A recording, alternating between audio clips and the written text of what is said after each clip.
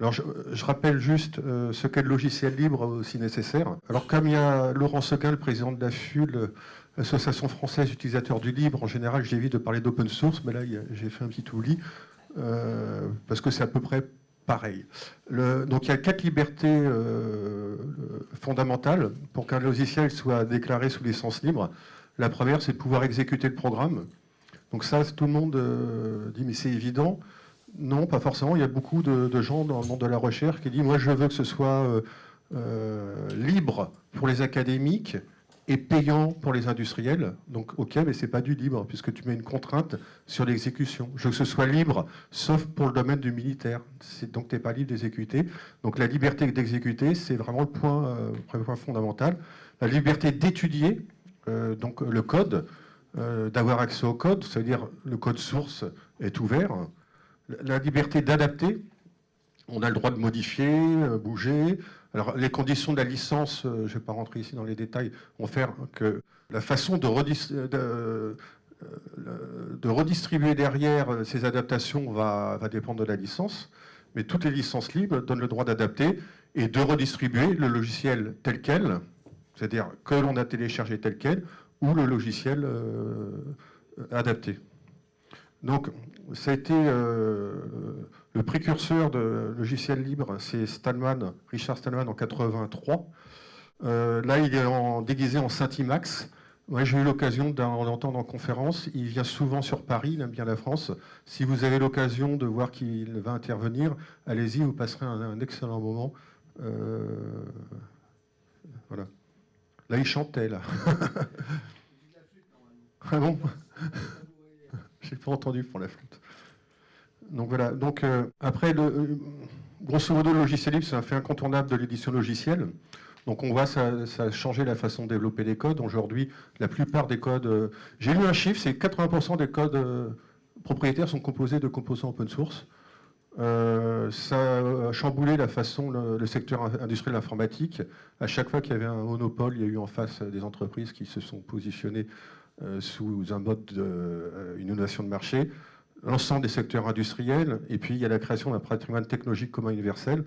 Donc je ne manque pas l'occasion de citer Software Heritage, qui est une initiative INRIA UNESCO, portée par Roberto Di Cosmo.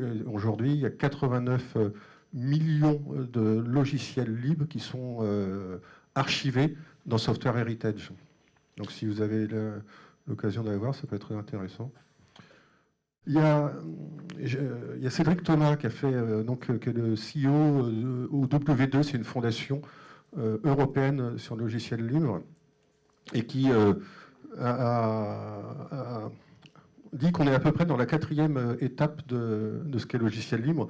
Au début, c'était l'étape du développeur, avec des aspects éthiques, des intentions individuelles.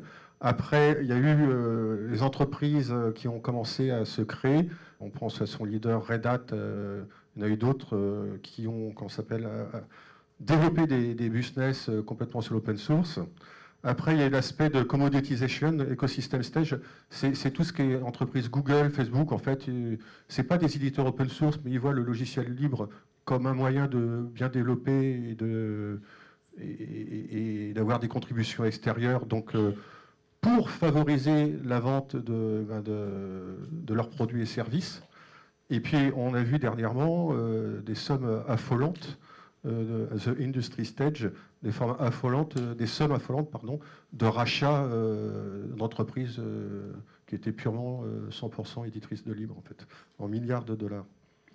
Donc, je ne vais pas passer plus de temps que les intervenants qui vont parler. Donc il y a 3 intervenants. Benjamin Jean, qui est CEO et fondateur d'Inocube, sur les enjeux juridiques du logiciel libre. David Chaval-Arias, directeur de l'Institut des systèmes complexes de Paris-Île-de-France, qui va nous parler de logiciel libre et de valorisation de la recherche. Alors, David travaille dans un labo dont le CNRS est une co-tutelle, et travaille dans l'Institut des sciences humaines et sociales. Et j'ai trouvé ça intéressant parce que moi j'ai passé quelque temps à l'INRIA, et c'est vrai que j'avais une vision un peu monolithique du développement informatique dans le monde de la recherche, en mettant l'INRIA toujours en avant. Et je pense que c'est important de voir qu'il y en a partout, dans l'Institut de la biologie, de la chimie, un peu partout. Et donc, Laurent Seguin, qui, entre autres casquettes, est président de l'AFUL, qui va nous parler des aspects communautaires, voire politiques, parce que je sais qu'il fait pas mal de lobby sur le sujet du logiciel libre. Donc, moi j'ai fini. Je vous remercie tous trois, chers intervenants, d'avoir accepté. Et je vous laisse la parole.